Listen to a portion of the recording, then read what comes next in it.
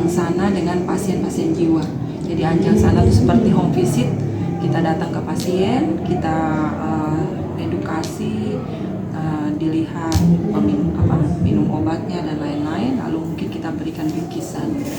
Dan ada lagi yang terakhir itu sama seperti tahun-tahun yang lalu, kita memberikan edukasi karena memang untuk ulang tahun kesehatan jiwa sedunia ini khusus tema khususnya adalah menjadikan kesehatan mental dan kesejahteraan untuk semua sebagai prioritas global.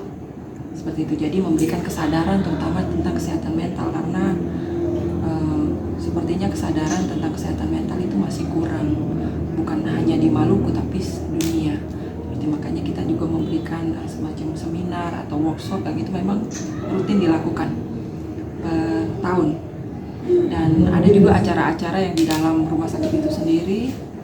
Tahun ini kita bikin RSKD Got Talent.